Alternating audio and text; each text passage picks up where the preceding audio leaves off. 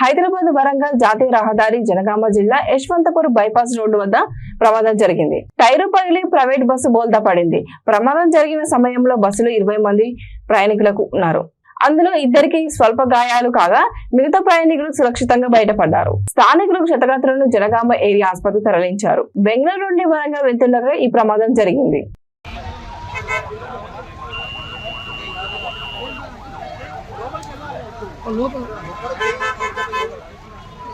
JCB తెప్పి తగలకుండా JCB ఉందా